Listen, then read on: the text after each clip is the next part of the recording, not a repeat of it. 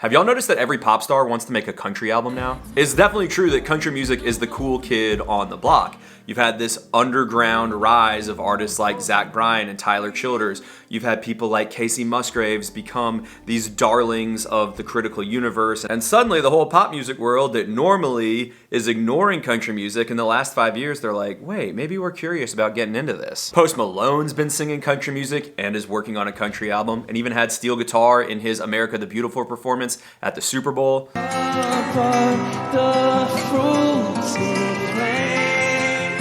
Which, mind you, was played by Chandler Walters, who was on Series of Episodes. So go us. Series of Episodes to Super Bowl pipeline is real. But I'm having me a series of episodes.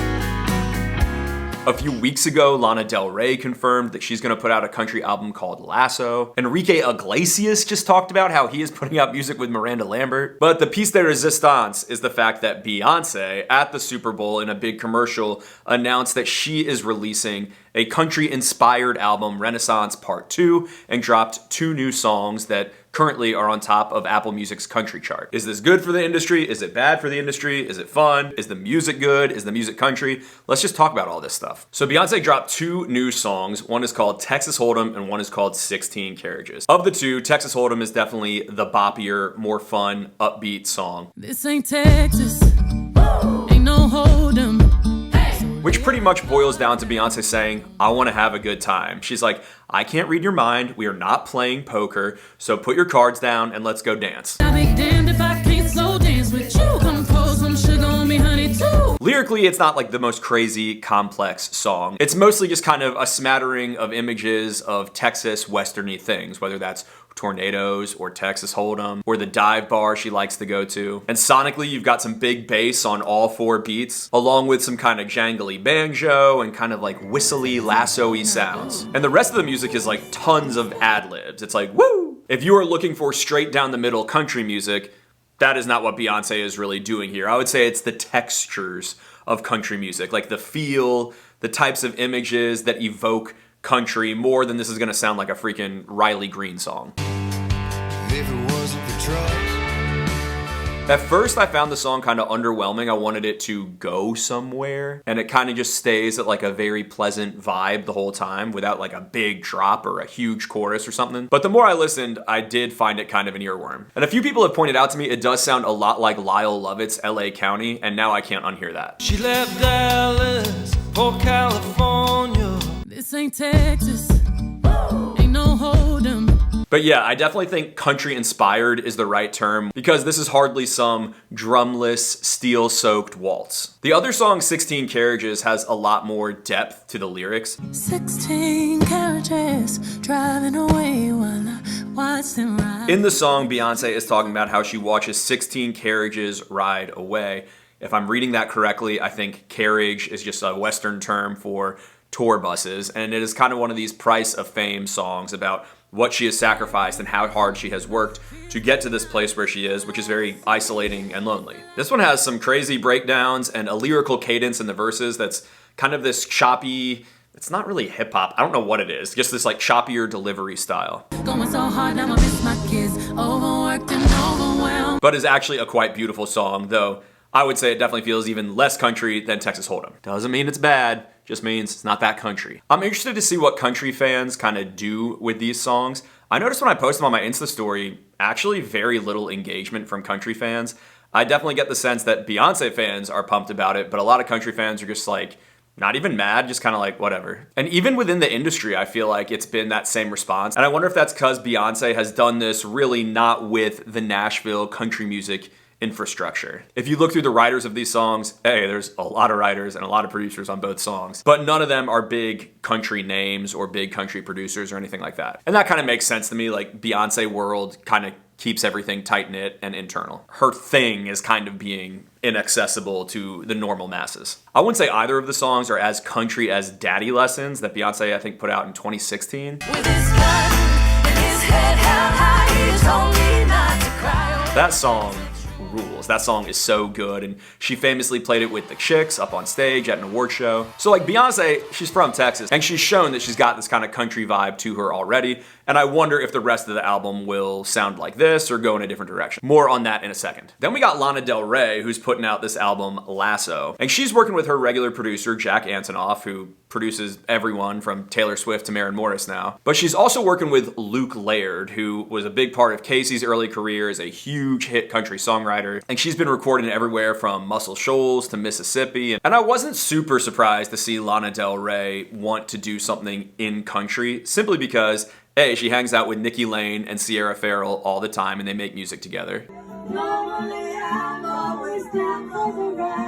And B, she's done a lot of covers over the years that would kind of suggest this. Country roads, take me home. Everything from Unchained Melody Godspeed, your love. to Stand By Your Man.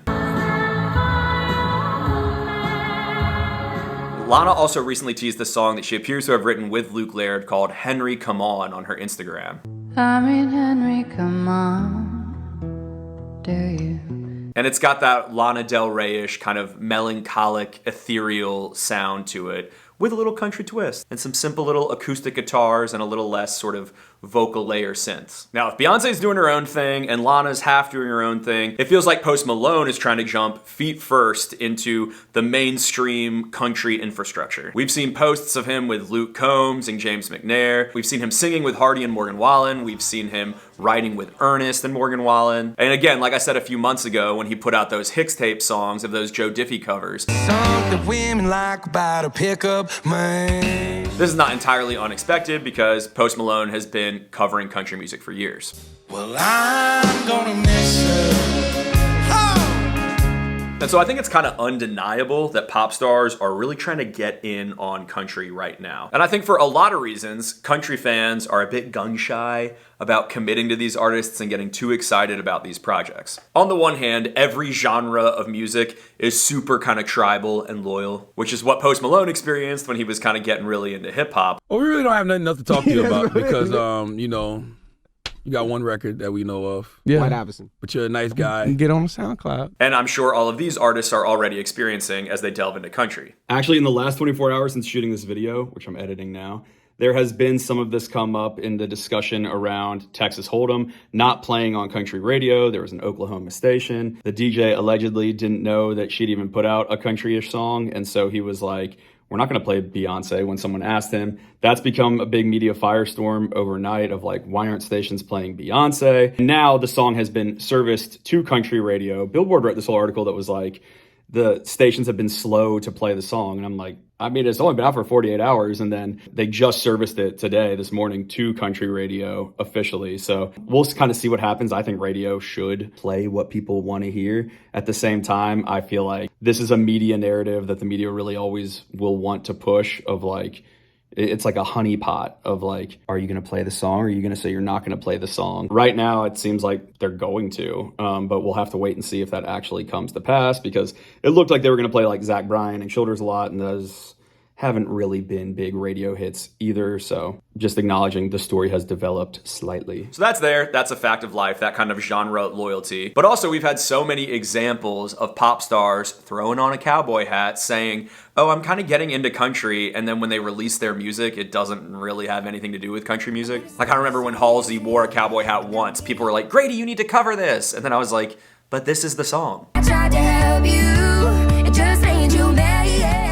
Same thing when Justin Timberlake made that whole to-do of his Man of the Woods album, and it's like, look, here's JT, Mr. Sexyback himself, in a flannel. This album's gonna be so country. And then this was the lead single. Baby, don't you mind if I do?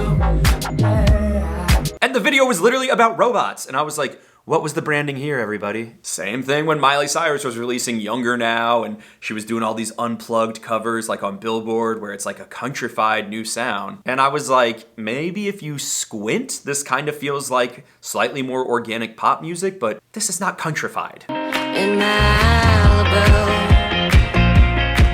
Even though I think Malibu's a jam. And I think Miley Cyrus should put out a country record. She's like the main pop star I want to make a country album. I think her voice would sound so good on it, and I've said that for years. But given the fact that this sell has been made a lot of times and then the music ends up just being pop music with banjo. I think a lot of country fans like take it with a grain of salt when artists say, oh, we're getting country now. But I also think everyone understands it's fun for artists to explore and do different things, and if they're feeling inspired by country, to want to go do and try something different. Now, maybe that's the generous take, and the cynical take is, no, this is just the cool kid on the block right now, and this is how corporate music industry works. When something gets cool, suddenly you shift your sound to that sound, and you're like, wait, I was kind of into hip hop, now I'm kind of into country. And maybe when metal is popular in 3 years, that's what they're all gonna pivot to. It is fun though, being a country fan and seeing it be so the cool kid on the block that finally we're the ones being chased. It feels like the 90s when Achy Breaky Heart and Brooks and Dunn and Garth Brooks and Reba were so cool that the whole music industry had to bend to country's will. That's a little where we're at right now. We're back, baby. Even if every pop star deciding they want to make a country album is the exact kind of thing that will hasten country getting uncool again in the culture, because it'll get way overexposed and then the culture will shift and then country will be like the redheaded stepchild again. But whatever, that's the cycles of pop culture. I have heard a frustrated argument from a lot of people that as more pop stars want to come to country, that will simply take real country artists further down the chart and make it even harder for them to break through. And I do think that's a kind of valid concern. Like, there were all those years that every single duet, they would throw a pop girl on it instead of a country girl. Whether that was Demi Lovato singing about getting it on with Brad Paisley, or Tori Kelly jumping on a track with Chris Lane, I wanna drive real slow down an old lane road. or Julia Michaels with Keith Urban. And I know a lot of people in the industry found that frustrating. Like, all these things that could have been huge good looks for up and coming females in the genre were just like outsourced to pop music. You know, I made a video years ago called What Happens When Pop Stars Go Country. It's got Jessica Simpson on the thumbnail. And I pretty much think what I said in that video still stands true today. I think generally when pop stars are doing this, it's kind of a moment to play dress up. It's an opportunity for them to try something different that's creatively satisfying to them. But rarely is it a sign of a deep dedication to this genre. And that's fine. Like, that's what pop stars do. You know, they're chameleons a little bit. And entertaining ones at that. 5 years ago, I would have been pissed off about all this. Now I'm just kind of like, whatever. Although it's gonna be so miserable when like Lana and Beyoncé aren't nominated for Best Country Album and we have to endure the discourse of the pop fandoms. I am dreading that, but we'll get through this together. Or hell, maybe they'll win everything. Who knows? And maybe the freaking Enrique Iglesias Miranda Lambert song will be a bop. But anyway, this is just an obvious trend I've noticed happening and deserved a little video. And so that's what you got. Love you guys. I'll be back with more content soon. I wanted to do a Toby Keith video. I was traveling all last week. So if you follow me on Instagram or on TikTok, that's where I posted kind of some of my Toby Keith thoughts while I was on the road. And just follow me there in general. It's a great time. Anyway, love you guys. Be back soon. Bye.